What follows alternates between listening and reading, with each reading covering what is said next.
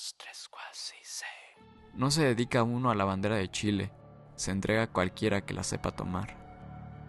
La bandera de Chile, en femenino, al igual que patria y también madre, tiñe ondulantes el cielo con sus cabellos rojos.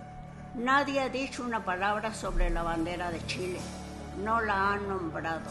La bandera de Chile, la bandera de Chile, con el ojo que tiene, agrandado como estrella, ciclo plateado, de arriba a abajo, mirando el cielo de los cambios. Deme que cambie de nombre la bandera de Chile. la bandera de Chile. 1981. Ya el cobre interesaba más que la muerte, y a quien en verdad le robaron el nombre fue a Rosa María, quien a través del seudónimo de Elvira Hernández deja en 28 páginas un poema titulado La bandera de Chile, donde interroga, fractura y cuestiona toda la barbarie y violencia que se vivió en el país durante la dictadura.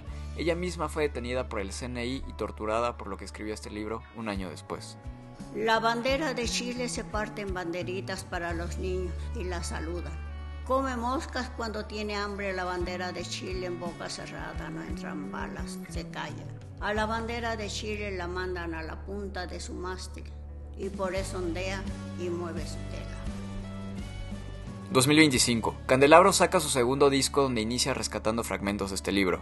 Inspirados en el nacionalismo, en la izquierda y en Cristo, construyen en este disco un libro de recortes. La bandera de Chile es extranjera en su propio país, no tiene carta ciudadana, no es mayoría, ya no se la reconoce. Los ayunos prolongados le ponen el pulgar de la muerte, las iglesias le ponen la extremaunción, las legaciones serpentina y sonido de trompeta. La bandera de Chile fuerza a ser más que una bandera. La bandera de Chile reposa en estuche de vidrio, visitas en hora de oficina, cancele su valor. Allende suena ya maldición en este país pisado, arrasado. El pobre socialista, quien buscó y encontró olvido, yace en el suelo.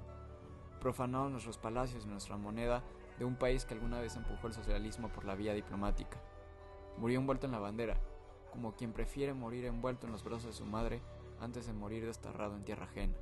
Ajena convirtió nuestra tierra. La bandera de Chile escapa a la calle y jura volver hasta la muerte de su muerte, hasta la muerte de su muerte.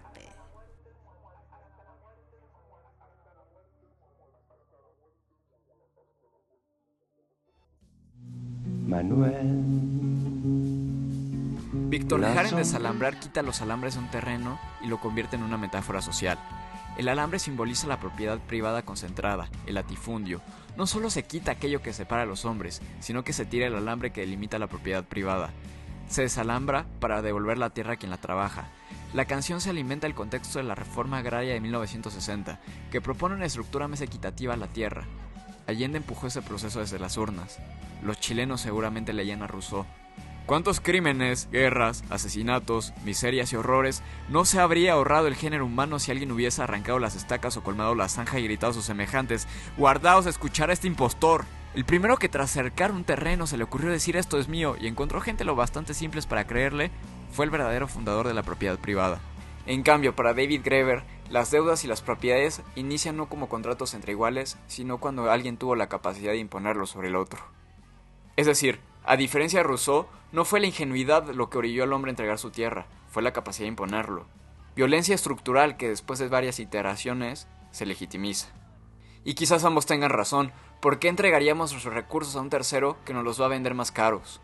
Nos dicen que es legal, que es la naturaleza humana como si existiera tal cosa, y mientras tanto nos roban nuestros recursos, como lo vimos en el video de Bad Bunny. Desalambrar fue creada en un contexto antes de que llegara la dictadura y arrestaran a Jara un día después de que el golpe de estado propiciado por Estados Unidos llegara al país. Le rompen las manos y los dedos a golpes para que ya no pudiera tocar. Pregunto si en la tierra nunca habrá pensado usted que si las manos son nuestras, es nuestra lo que nos den.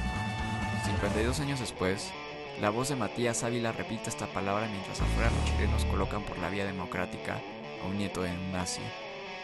¡Viva Chile! Porque Deseo, carne y voluntad es mucho más que un disco político. Porque a Cristo no le interesó los asuntos de la Judea, quemó el templo. Le interesó la salvación del espíritu. Y en defensa de este cuerpo, cuando nos vayamos a morir nos daremos cuenta que este reflejo artificial, esta torpe marioneta que cargamos, es solo un espejo, la oscuridad. Pablo en Corintios 13:12 dice: ahora conozco en parte, pero entonces conoceré como fui conocido, mas entonces veremos cara a cara. El dilema del erizo de Schopenhauer nos enseña que los humanos, al igual que los erizos, sentimos frío en el invierno, nos pegamos con el otro para sentir calor, pero al hacerlo, nos espinamos. Los dos males quedaban mitigados, pero solo parcialmente. Ningún humano aguanta una aproximación demasiado cercana a su similar, o en otras palabras, vestir el traje de humano nos condena a detestar el ver de lejos, al igual que estar acá.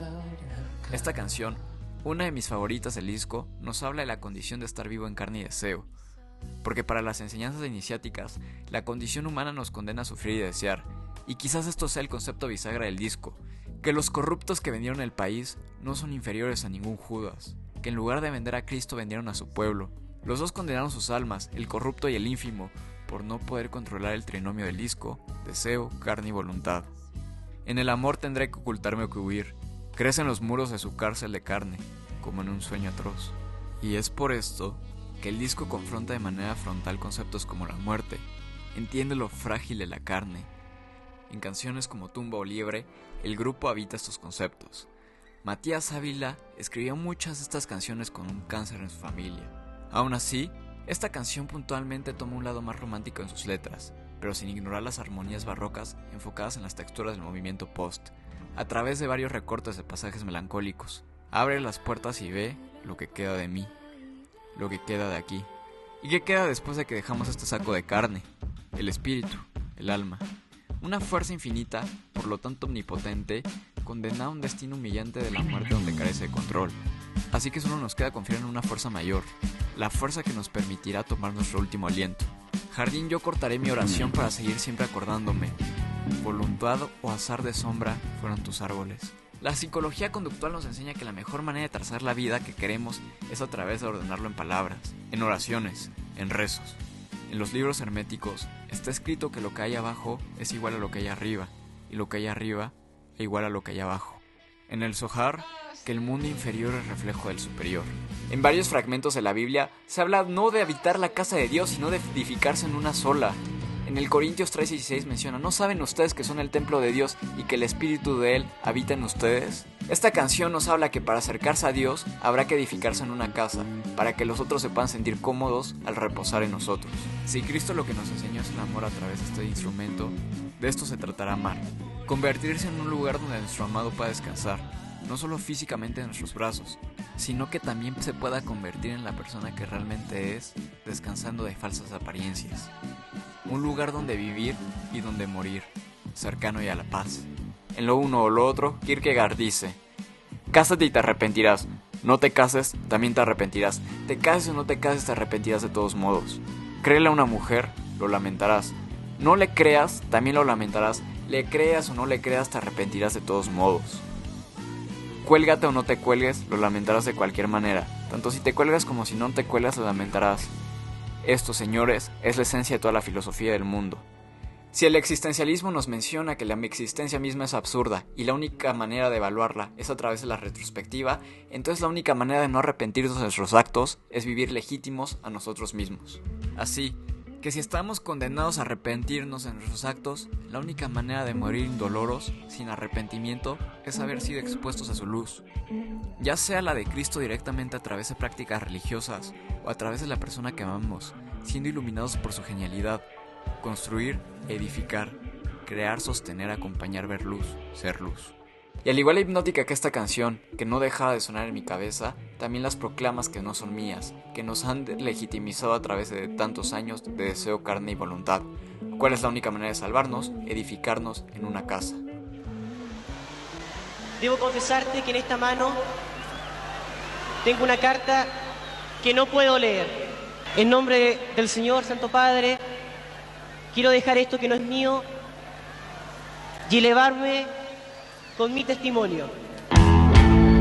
Ángel inicia con el testimonio de Freddy Ormeño al Papa Juan Pablo II en plena dictadura en Chile, donde cuestiona y denuncia cómo vivió en carne propia, vivió como liceos que antes eran 2 o 3 se convirtieron en uno solo, y se pregunta qué ha pasado con los alumnos y profesores excedentes. Estados Unidos había comenzado a estabilizar el país, inyectando dólares de manera sistemática, provocando una inestabilidad programada. Al mismo tiempo, se retiraban bienes del mercado interno, lo que una derecha chilena incapaz de leer el conflicto estructural terminó por culpar al gobierno de Allende por la escasez de medicamentos y productos básicos. Bajo la doctrina de la seguridad nacional, el país fue empujado a transicionar hacia una economía de mercado.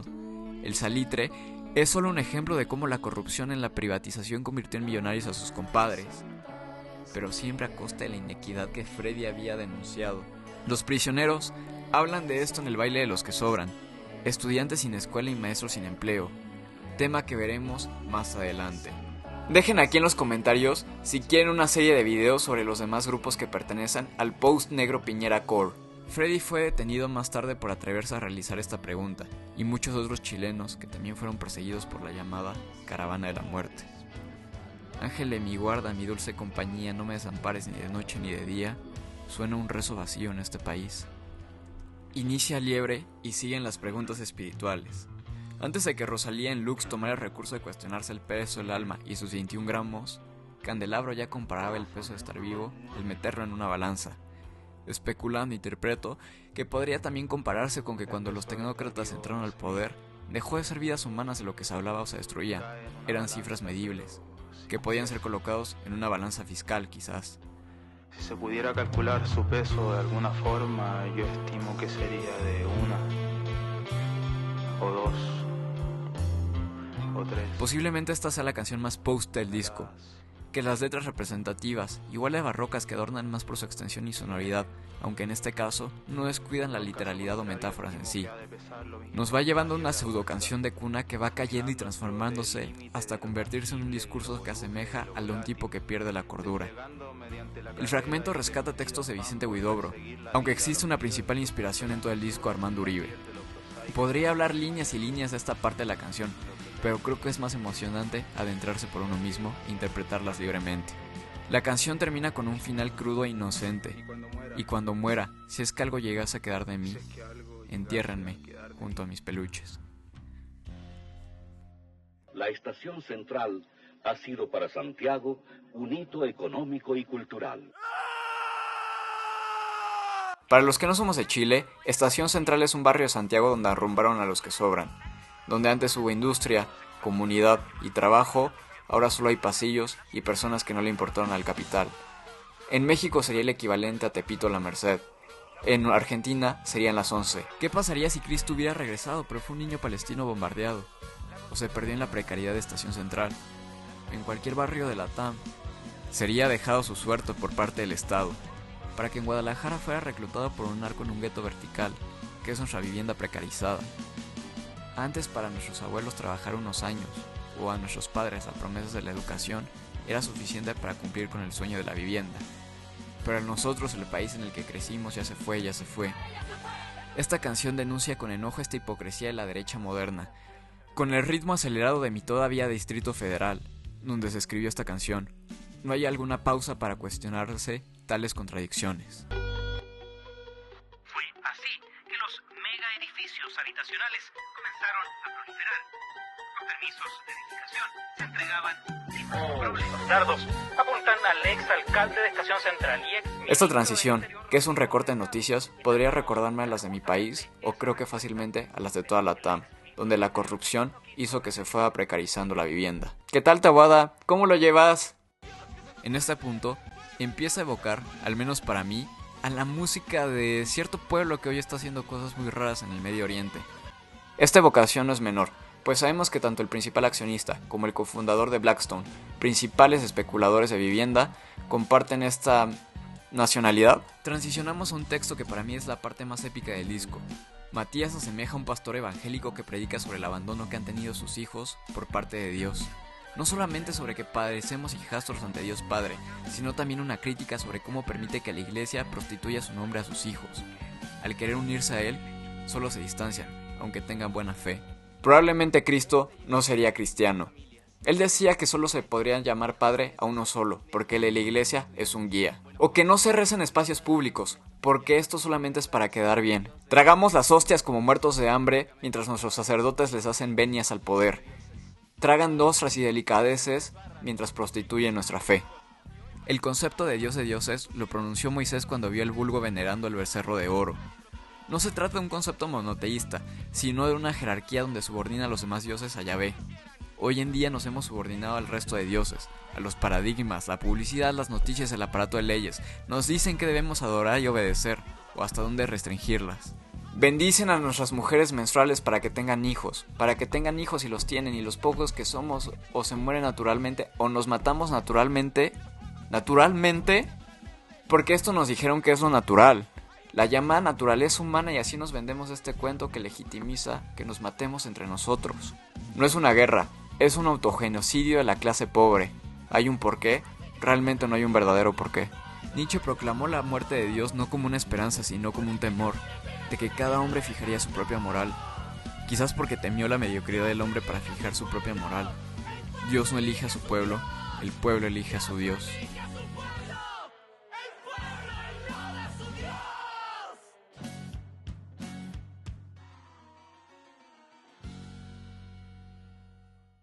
Recientemente se incendió la Patagonia, y siguiendo esa tradición mediática se culpó una minoría, y si es indígena, mejor.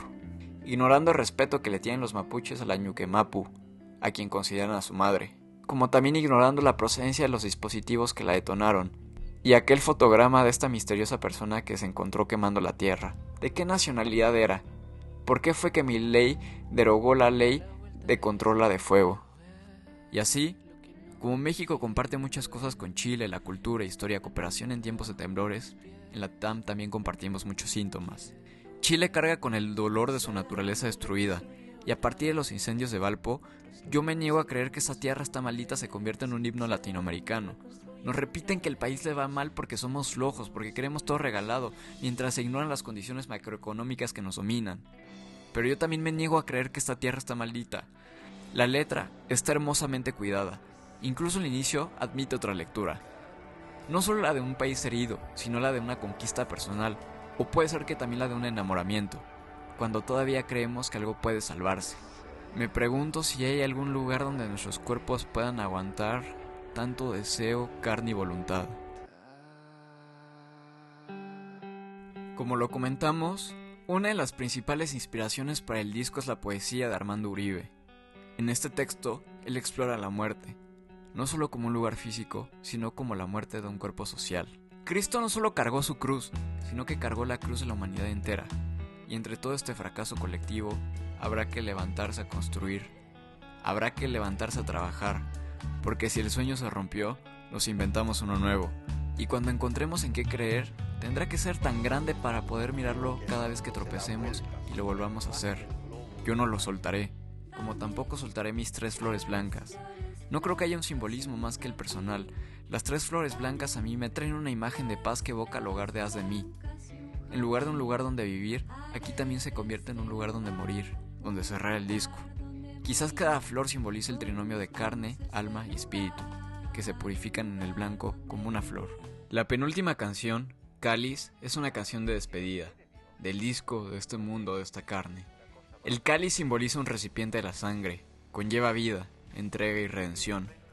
Por ustedes y por muchos, para el perdón de los pecados.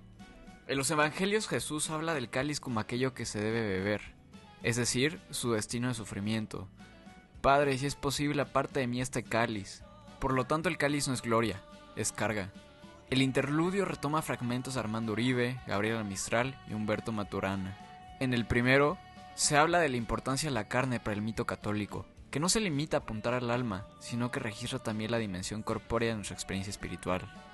El segundo, el de la única mujer latinoamericana que ha ganado el Premio Nobel de Literatura, es un extracto de un texto dirigido para la UNICEF, donde se resalta la urgencia de proteger al niño en el presente. Muchas de las cosas que hemos hecho menester tienen espera, el niño no. Él está ahora mismo en sus huesos, criando su sangre y ensayando sus sentidos. A él no se le puede responder mañana, él se llama ahora. El tercero, el de Humberto Maturana, apunta a no creer en Dios, sino de saber de Dios, vivir en Dios. Se trata de una experiencia biológica y relacional. El reino de Dios es el estado de armonía en el que el ser humano vive cuando acepta la existencia tal como es, sin proyecciones y resistencias. Sin reparo le diré a Dios, soy yo quien pregunta, soy yo quien responde esta vez. Tras tanta intensidad, José, un homenaje al hermano de Matías, sirve para aterrizar con suavidad y despedir al álbum. En nuestro amor hay una pena, que se parece al alma. Lo que la sangre separa, la vida lo puede juntar.